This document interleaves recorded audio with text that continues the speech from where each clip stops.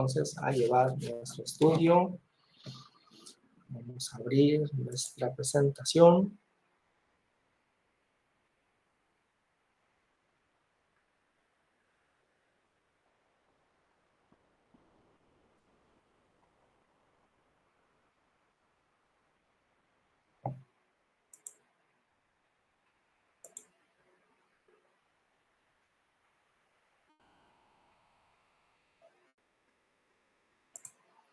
Muy bien, entonces vamos a continuar.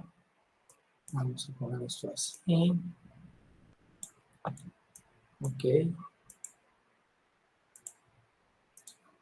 Entonces, mis hermanos, pues continuamos con el tema que estamos desarrollando.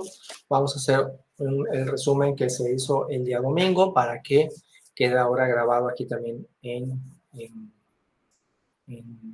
YouTube, pero aquí en Google Meet, ¿no?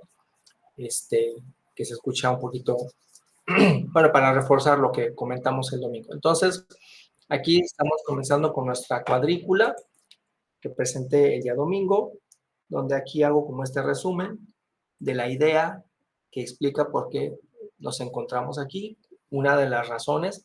Tal vez fíjense que estaba meditando y podría ser que haya muchas respuestas que explican del por qué existimos. Tal vez no intento decir que sea la única, sino que también puede ser una de muchas respuestas. Pero creo que es me parece a mí una de las principales, ¿no? Entonces, como pueden ver aquí en la lámina, voy entonces a hacer un zoom para ir nuevamente resumiendo como lo comentamos el día domingo. Vamos aquí a hacer un zoom. La historia más o menos sería así. En algún momento en donde el tiempo todavía no era importante, porque me considero que pues para Dios el tiempo no significa nada, porque Dios es el tiempo. No sé si se puede ver un poquito bien la imagen. Nos estamos refiriendo a lo que está en el lado izquierdo, ¿sí? Dice ahí Juan 1 del 1 al 5. No sé si alguien me quiera leer Juan 1 del 1 al 5. Aquí dice Juan 1 del 1 al 5.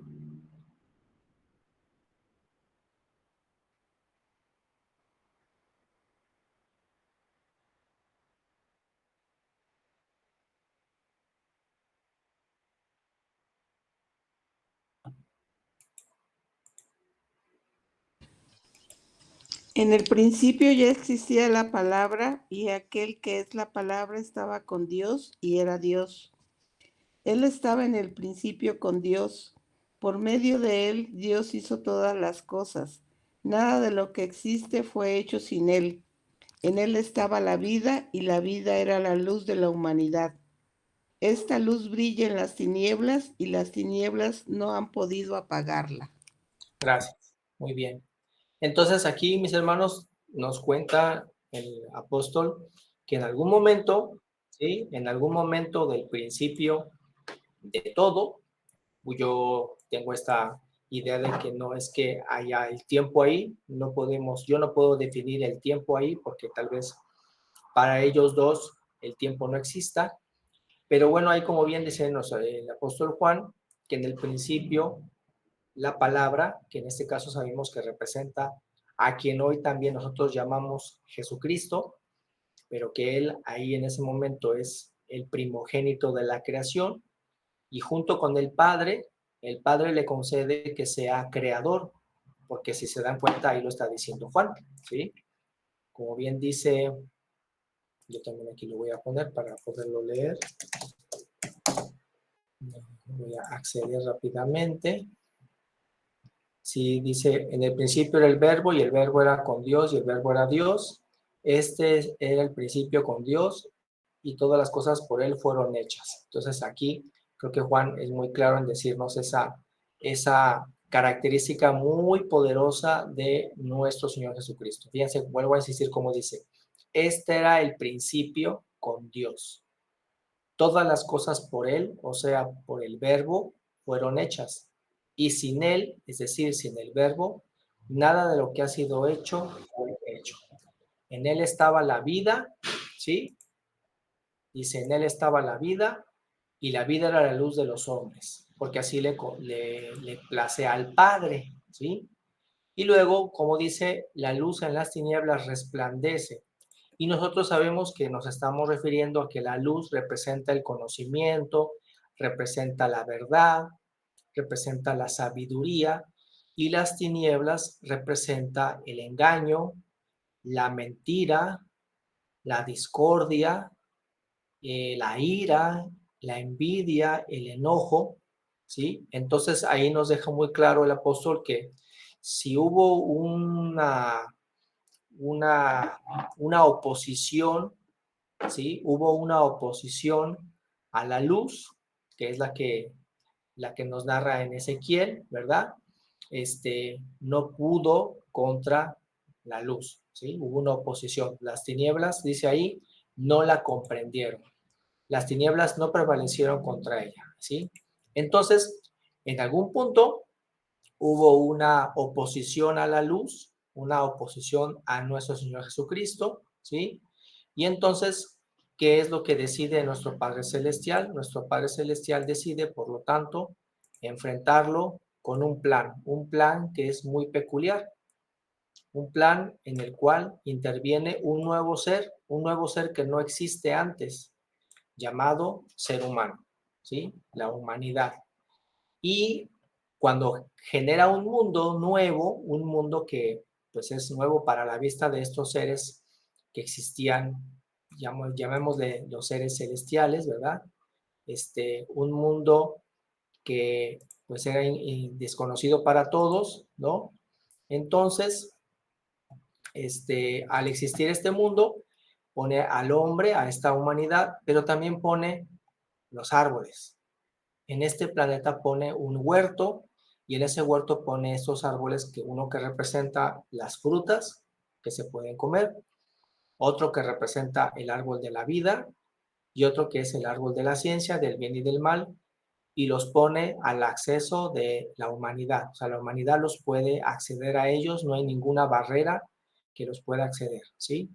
La única barrera que existía era una solicitud,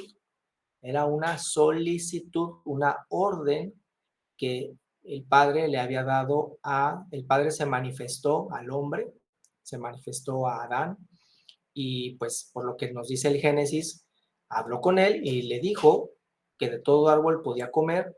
Fíjense cómo la orden dice, si se han dado cuenta que la orden dice, si la orden dice que de todo árbol puede comer, ¿eso qué incluye, mis hermanos? A ver, vamos a hacer un pequeño paréntesis. Si quieren, léanlo en el Génesis, pero el Padre le dijo a Adán, de todo árbol puedes comer. ¿Eso qué significa? ¿Cuál era el único árbol al cual le dijo el Señor que no comiera y que ni siquiera se acercara? El de la ciencia. Pero se dan cuenta que si Dios le está diciendo, de todo árbol puedes comer, ¿ya se han dado cuenta que eso incluye también al árbol de la vida? ¿No se habían percatado de eso? Porque le dijo, de todo árbol puedes comer, ¿cierto? Menos del árbol de la ciencia. Me preguntaban el domingo que si con mucha imaginación dijera yo, ¿y qué hubiese pasado si Adán y Eva obedecen? Si a pesar de la serpiente, Eva le dice, no, no voy a comer de él porque Adán me dijo que no comiera. Y si la serpiente va con Adán y Adán le dice, no, no voy a comer de él porque me dijo el Padre que no comiera. Entonces me preguntaban que qué podría haber pasado. Pues obviamente haciendo un ejercicio de especulación, ¿verdad?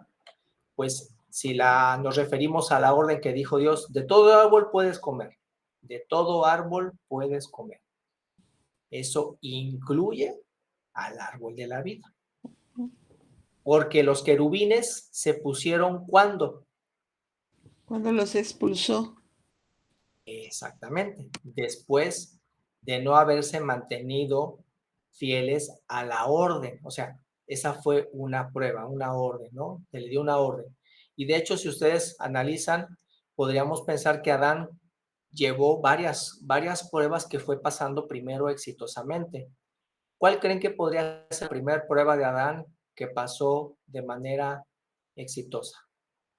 Porque siempre nos referimos al hecho de la desobediencia del fruto, pero antes Adán, el Señor le dio una orden y las cumplía. Adán cumplió algunas órdenes antes de no cumplir la de el fruto. ¿Cuáles son? A ver, vamos a ver si... Nombrar los animales. Correcto, muy bien, Alejandra. Esa es una. ¿Sí la escucharon, Alejandra? Sí. ¿Qué dijo? Ponerle nombre a los animales. Correcto. Y vemos que Adán lo ejecutó muy bien, ¿sí? ¿Qué otra prueba podríamos decir Adán cumplió cabalmente antes de esa? Ah, no, fue después de esa. Uh-huh.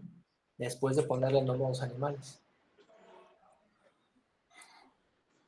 Dios también le pidió a Adán y a Eva que no comían del árbol que estaba en medio del jardín porque morían y la serpiente los engañó.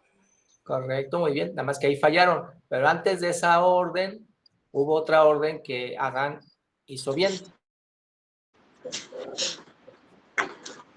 ¿Cuál creen que sería? Después de ponerle nombre a los animales. ¿No te oíste, tía Maribel? Cuidar del jardín. Pues sí, pero no. Hay una más importante que esa. ¿No te oíste, Yoyes? Pedir la pareja idónea, Ah, ¿no? ¿cómo? Pedirle a Dios una pareja idónea, la pareja. Va por ahí. Él no la pidió como tal, si analizas, no la pidió, pero cuando la vio, ¿qué dijo?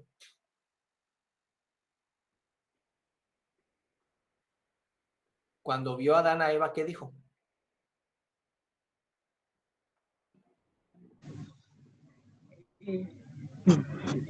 Pues que era carne de su carne y hueso de su hueso, lo que dijo Dios, ¿no?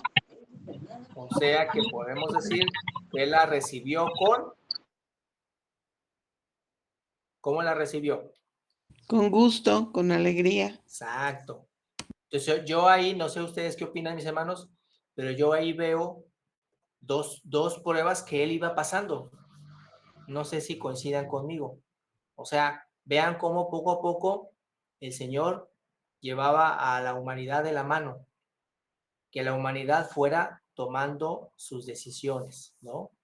Tal vez inclusive podría decir que la primera prueba pudiera ser cuando el mismo Adán conoció al Padre, no sé exactamente en qué momento se le manifestó, ¿verdad? Cuando le dijo, pues aquí yo te formé, este es el huerto, ¿verdad? Y después cuando le pide que nombre a los animales, es cuando Adán toma como, no sé si ponen atención en el relato, como que toma conciencia de su presencia, de su diferencia que tiene él hacia los animales, porque dice ahí en el relato que es cuando él se da cuenta que no hay una ayuda idónea para él, o sea, él nota y percibe que no hay una semejanza de nadie para con él. Y tal vez ahí porque si se dan cuenta, eso pasa después de que nombra a los animales. Entonces, tal vez después de ahí, si Adán hubiese estado y si hubiese Adán dicho, yo estoy satisfecho, estoy contento así como soy, tal vez entonces dice Dios, bueno, pues no necesitas a otro ser, vas a permanecer tú único, ¿no? A lo mejor ese podría ser un plan, que Adán fuera único y soberano por todo el planeta. Pero cuando vemos si vemos el relato, pues es esa situación que vamos déjenme ir a él. Así es en Génesis 2, ¿verdad? Vamos a ver. Dice,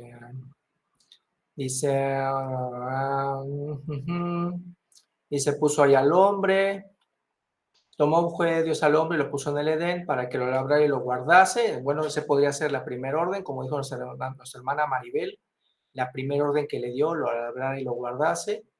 Y luego le dijo, le dijo lo de los árboles, ¿verdad?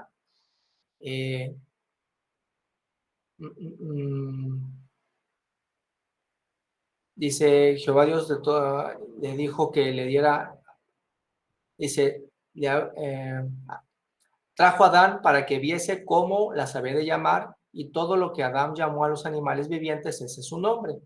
Y puso Adán nombre a toda bestia y aves de los cielos y a todo ganado del campo, mas para Adán no se halló ayuda idónea para él. Entonces Jehová hizo caer en sueño profundo sobre Adán mientras dormía, tomó de sus costillas y cerró la carne en su lugar, y de la costilla que Jehová Dios tomó del hombre hizo una mujer. Y entonces Adán dijo, esto es ahora hueso de mis huesos y carne de mi carne, y esta sería llamada varona, porque del varón fue tomada. Por tanto, dejará el hombre a su padre y a su madre, y se unirá a una mujer, y será una sola carne. Estaban ambos desnudos, y Adán y su mujer, y no se avergonzaban. Entonces podemos decir que desde el 18, desde el 15 hasta el versículo 25, pues son las diversas pruebas que pareciera que Adán y Eva empezaron a cumplir bien. Y bueno, pues ya vemos lo que sucedió, ¿verdad? Y ¿se acuerdan que en un estudio ya yo había comentado que en mi opinión, pues para Dios no es que las cosas fallen. O sea, con Dios siempre hay un camino que seguir. Entonces, en este caso, había hecho yo aquí esa laminilla, que es esta, ahí la tenemos. Entonces, acuérdense como Dios dijo, de todo árbol puedes comer.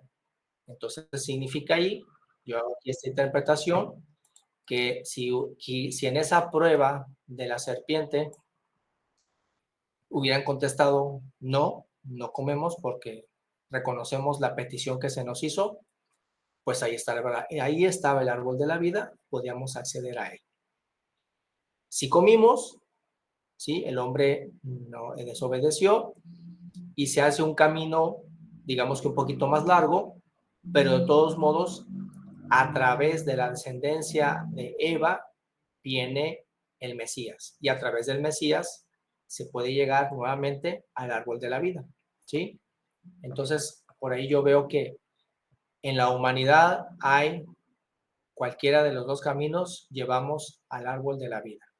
Y en el proceso se pone en juicio las maquinaciones de los ángeles, ¿sí? Esa es parte de la interpretación que les estoy dando. Entonces, regresamos acá a nuestra lámina para explicar, se crea la humanidad, porque entonces, si bien es cierto que estaban los árboles ahí, también a la serpiente la dejaron entrar, porque esa es parte importante de este relato.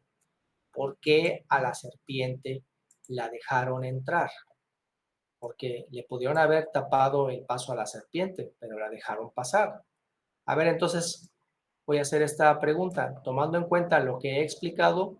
Si alguien les pregunta a ustedes, de acuerdo a mi hipótesis, ¿por qué dejaron pasar a la serpiente a la tierra para poder tentar a Adán y a Eva? De acuerdo a mi hipótesis, ¿por qué la dejaron pasar? Porque le pudieron haber tapado el paso. Pudo haber dicho Dios, no, ahí no pasas. Pero la dejó pasar. Dios sabía que iba a eso. Porque no podemos decir que a Dios se le escapara que la serpiente se metiera y dijera a Dios, ay, mira qué bonito, va a saludar a la pareja. Estás hablando, Yoyis, pero no se te oye nada, ¿eh? No sé si me estás diciendo algo. Porque tenemos libre albedrío y me imagino que para eso, para probarlos a ellos, ¿no? Bueno, eso es lo que yo pienso. Ok, más o menos por ahí, pero ahorita enfocándonos a por qué el Señor dejaría pasar a la serpiente. Sí, ahí había un libro de nosotros, pero ¿qué podemos contestar de la serpiente? Dice aquí nuestro hermano Jaime, la Biblia dice que la serpiente era uno de los más,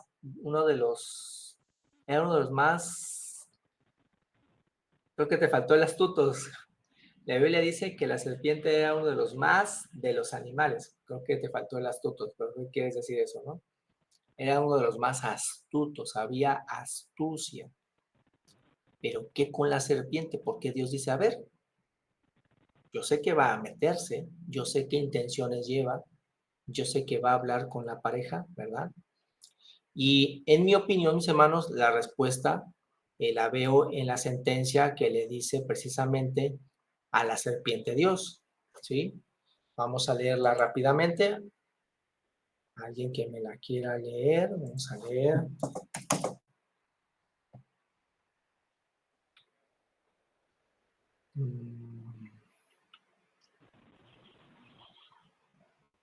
Es en Génesis 3.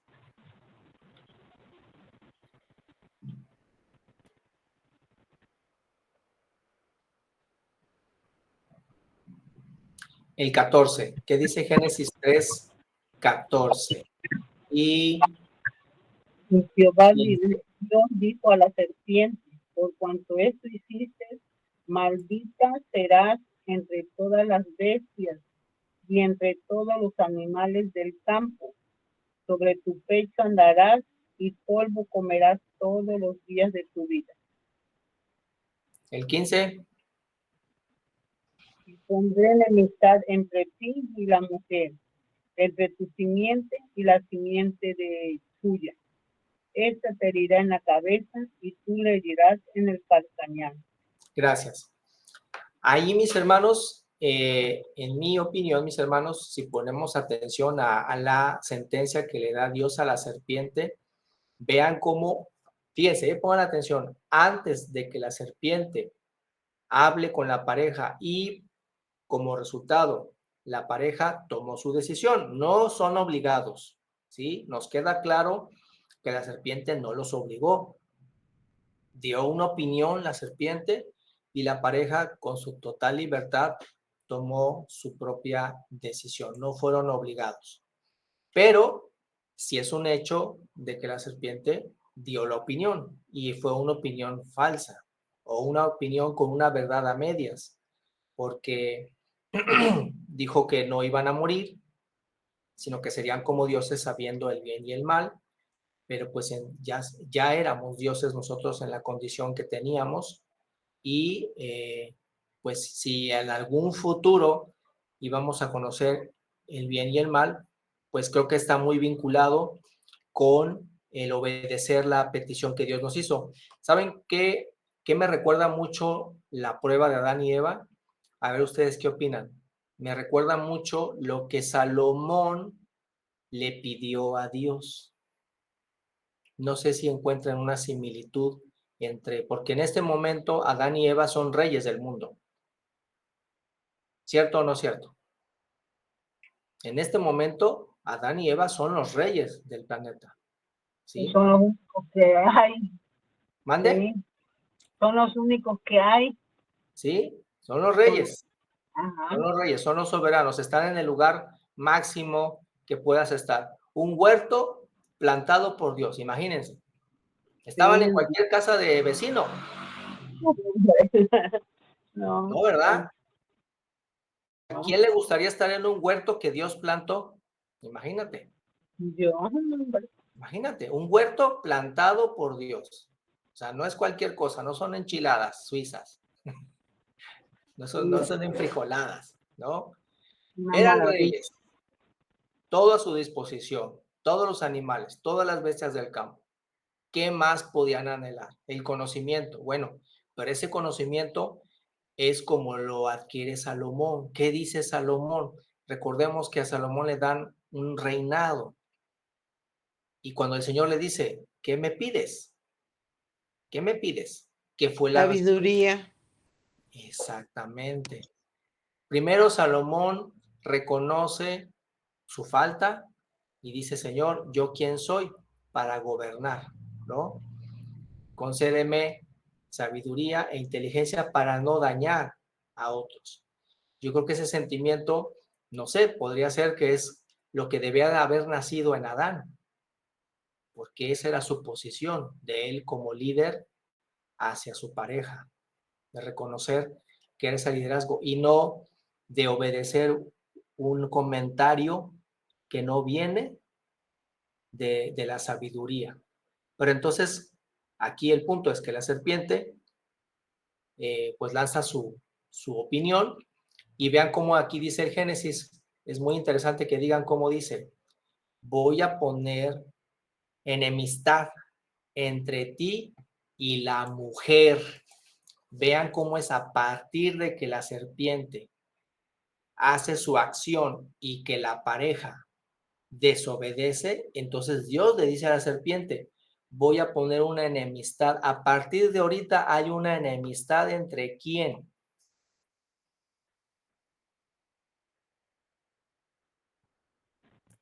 La serpiente y la mujer.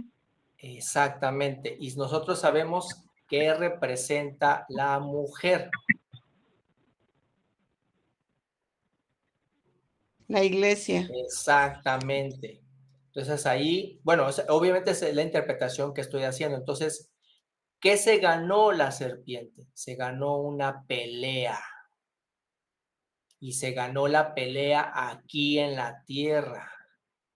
Y esa pelea la iba a liderar el Hijo de Dios. Porque Cristo es la cabeza de la iglesia. Entonces, cuando ahí Dios le está diciendo a la serpiente, te has ganado un enemigo. Y tu enemigo ahora no es Dios. Tu enemigo ahora es la humanidad, la iglesia, que va a liderar mi hijo. Él es ahora quien te va a aplastar la cabeza. Porque, ¿qué dice ahí? ¿Quién le aplasta la cabeza a la serpiente? La mujer. Exactamente. Que es la iglesia. ¿Y quién es la iglesia? ¿Dónde está?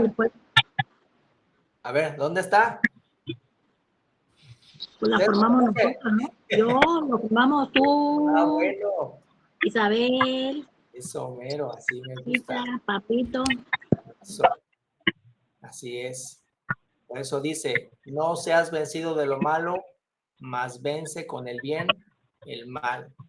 Entonces, mis hermanos, por eso yo veo que esa es la razón. O sea, Dios lo puso y se ganó, o sea, cayó. Que la serpiente pudo haber dicho, ¿yo para qué me meto? Como me decían el domingo, a ver, hagamos un ejercicio de imaginación. Pues sí, la serpiente pudo haber dicho, ahí está la pareja, yo no tengo nada que ver con ellos.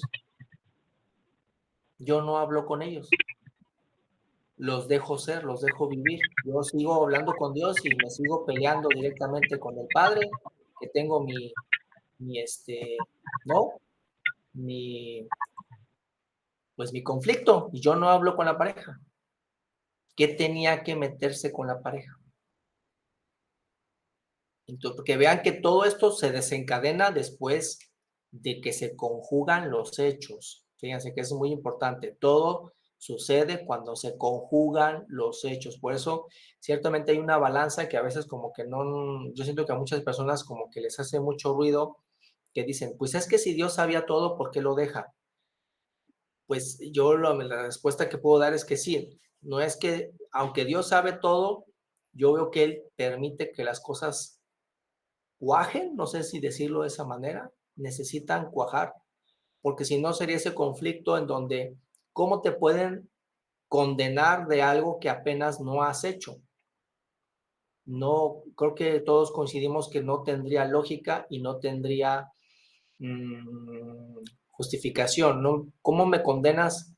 Yo no puedo ahorita ir a decirle no sé, no sé, ¿a quién? A un hermano, el que sea, y decirle, ir a su casa y decirle, hermano, te vengo a poner unas cadenas porque de aquí a un mes tú vas a decir mentiras. ¿Se puede eso? ¿Cómo? O sea, no se puede. Entonces, aunque yo lo sepa, aunque yo lo conozca porque tengo una capacidad de poder ver todas las líneas, no sé, del tiempo o de las dimensiones, creo yo que eso no me da derecho entonces a intervenir, porque entonces no creo yo que tendríamos el conflicto de decir, pues entonces no existe la libertad de acción. Aunque tú las veas, yo aquí veo que Dios permite que pasen, porque así tienen que pasar, porque al final de cuentas, Él siempre va a intervenir oportunamente para restaurar todo el daño hecho, porque eso es lo que Él nos promete que hace. Restaura, el daño hecho, ¿sí? No daña a la serpiente, simplemente se ganó su propia sentencia y se ganó su propia destrucción. ¿Dónde? En este planeta. ¿Con quién? Con el género humano. Y entonces vemos que Jesucristo lleva este viaje en donde lo vemos al Hijo unigénito representado en varias formas, las cuales son, como ya comentamos, ¿verdad? Son primero el hombre, el Hijo del hombre, ¿sí? Después, cuando hace su sacrificio, cuando dice, nadie me quita la vida, sino yo la entrego, el Cordero, y hoy está centrado a la diestra del Dios Padre, le llamamos el león de la tribu de Judá, porque va a venir a regir con vara de hierro.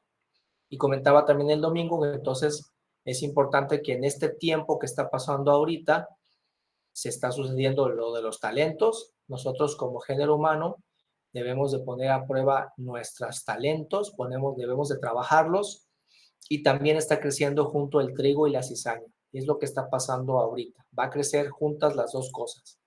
La cizaña y el trigo siguen creciendo. Por eso dice el Apocalipsis, el que sea limpio, límpiese más, el que sea sucio, ensúciese más. Y ciertamente dice, por haber multiplicadose la maldad, pero vean que se multiplica en cierto tiempo, no es que se multiplique en todas las eras del mundo, porque entonces, cuando el Apocalipsis dice que ve una visión de unos vestidos de blanco, de todas las razas, de todos los pueblos, de todas las lenguas, esos, mis hermanos, obviamente tenemos que considerar que son personas que han vivido a lo largo de todas las eras, de toda la era de la humanidad, que van desde Adán hasta nuestros tiempos. Entonces, nosotros sabemos que el Señor, de todas las eras, de todas las generaciones, recoge trigo, ¿sí? Porque mientras haya humanidad, hay trigo, pero también hay cizaña. Pero de todas las eras, nuestro Señor recoge trigo. Nosotros ahora nos está tocando vivir en la era del Espíritu Santo, que así lo profetizó nuestro Señor Jesucristo, y a través de Pablo también, por supuesto, que iba a venir esta era, y es la era en donde ahorita, pues, tenemos a la Biblia, ¿verdad?, que nos enseña, y esa es la era que nos toca vivir ahorita. Entonces, vemos acá, ¿qué nos resta? Nos resta que el Hijo regrese al mundo, lo rija con vara de hierro y después entregue todo al Padre, y después vamos a vivir una era donde se va a ver una tierra nueva, ¿verdad? Y un cielo nuevo. Esa es la era que nos toca por vivir. Entonces, no sé, en los minutos que me quedan ahorita, me gustaría, si alguien tiene, que me hagan preguntas. A ver, díganme.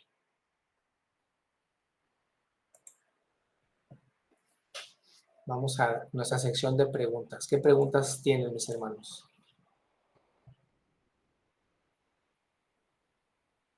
De esta hipótesis. A ver, díganme.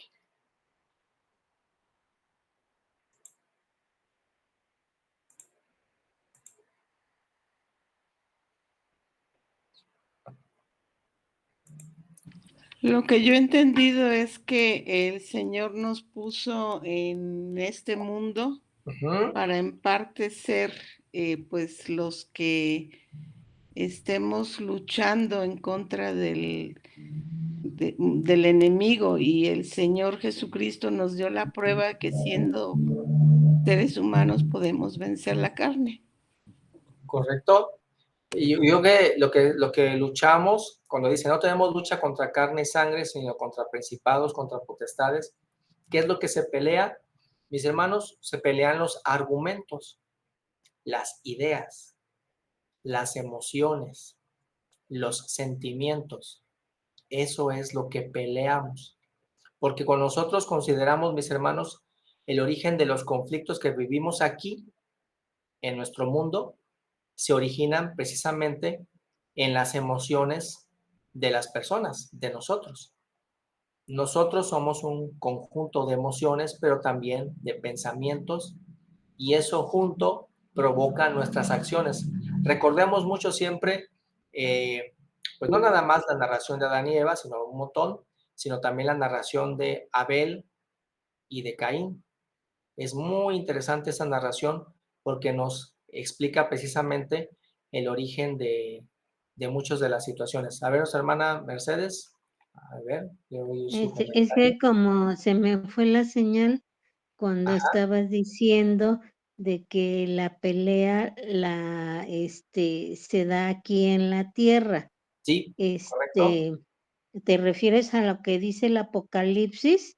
De que pues aquí, pues realmente por la sangre del Cordero, por Sí, eso venció, correcto, así es. ¿sí? Así Ah, es, bueno, así es. Sí, ok. ese es por un punto.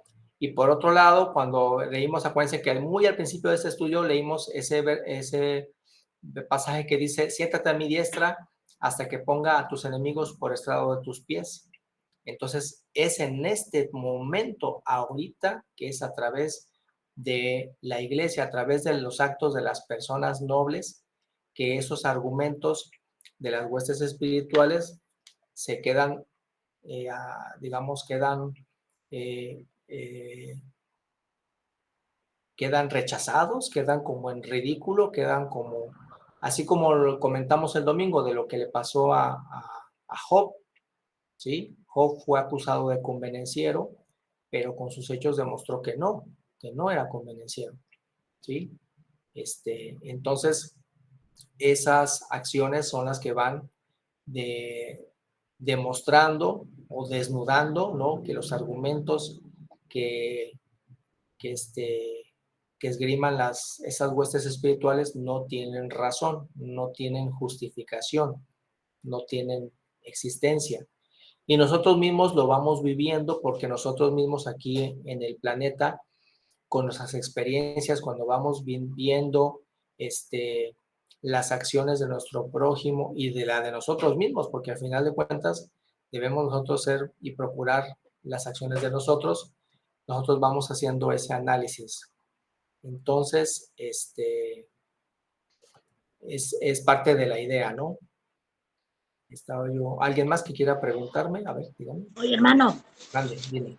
yo tengo una duda aquí, donde dice Génesis 3:15, donde dice, y pondré enemistad entre ti y la mujer, y entre tu simiente y la simiente suya. Esta te herirá en la cabeza, tú le herirás en el calcañán.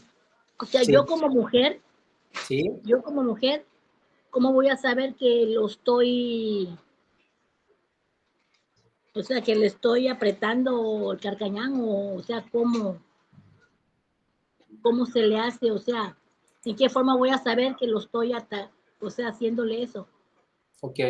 Bueno, cuando dice, tú le herirás, dice, pondré enemistad entre ti, entre tu simiente y la simiente tuya. Esta, o sea, la mujer te herirá en la cabeza, o sea, te matará.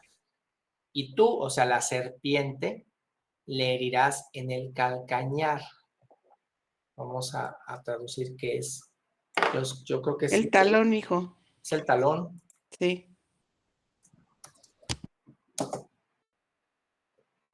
Parte posterior del plante del pie. Así es.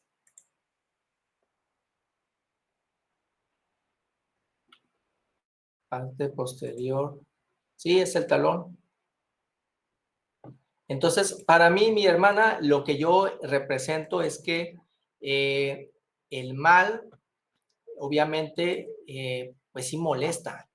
O sea, sí, no podemos, por ejemplo, aquí, ¿no? Existe, está. Hemos vivido de las personas que nos rodean, a veces recibimos malos tratos, recibimos desprecios, recibimos groserías, recibimos violencia, podemos recibir a veces violencia, se manifiesta de muchas formas. Yo así lo interpreto. Obviamente podemos estudiar más a profundidad para ver si eso es la única interpretación, pero de momento así lo interpreto yo. Cuando le está diciendo, le dice a Eva, tú, o sea, la humanidad, le vas a aplastar la cabeza. Pero sí, la serpiente te muerde el calcañar, o sea, te muerde el talón. No nos mata, porque creo que lo que está diciendo ahí, Señor, es que el mal en realidad no te mata cuando tú te mantienes fiel a Dios y cuando tú tienes la armadura, pero sí duele. O sea, sí duele un poquito porque pues tampoco somos de cartón, ¿verdad? Y pues cuando nos gritan, cuando nos insultan, cuando nos menosprecian, pues sí nos duele, nos conmueve, nos entristece, pero el ánimo regresa. Y claro que también aquí la parte importante es si nosotros no hacemos lo mismo, porque es lo que Jesucristo nos enseña. En la medida que tú digas, bueno, sí, molesta mucho que me gritan, pero yo grito también, ¿no? A lo mejor yo también soy bien gritón y nada más me fijo cuando me gritan a mí, pero no me fijo cuando yo grito a los demás, ¿no? No me gusta cuando me insultan, pero yo también a lo mejor ando bien insultando a todo mundo, ¿no? Entonces, esa es la parte que creo que a eso se refiere cuando dice, te va a morder el calcañar, Eva. O sea, la humanidad sí te va a doler, pero no te mata, no te mata. Sí te muerde ahí en el pie, pero no te mata. Siempre y cuando tú te mantengas fiel, ¿sí? Y esa es la batalla que estamos teniendo ahorita. Así lo interpreto yo, ¿no? ¿Y cómo vencemos al mal? Con esas acciones nobles, con esa integridad, ¿sí? Con nosotros abrazamos la integridad, abrazamos la justicia, abrazamos la verdad, abrazamos la paciencia. Creo que ahorita eso sería un buen estudio que podemos llevar después, que es una de las cosas que creo que las huestes espirituales quieren quitarle a la gente, la paciencia. La paciencia es una virtud ahora muy escasa, que creo que es una de las primeras que intentan matar ellos. Porque ellos saben que si todos nosotros somos personas impacientes, solitos nos matamos. Solitos nos agarramos del cuello y ¿no? Como decía el personaje, óigame, me ahorcó, ¿no? Porque nos estamos volviendo personas muy impacientes. Bien, mis hermanos, pues gracias por su participación. Dejen sus preguntas para continuar en la siguiente vez que me toque este estudio, porque sí, todavía hay más juguito que sé que le puedo sacar a esto. Y bueno, nada más que aquí no veo a mi hermano Ricardo. No, ahora sí que no lo veo. No se ha conectado. Déjeme, le mando un mensajito a mi hermano Samuel para que me diga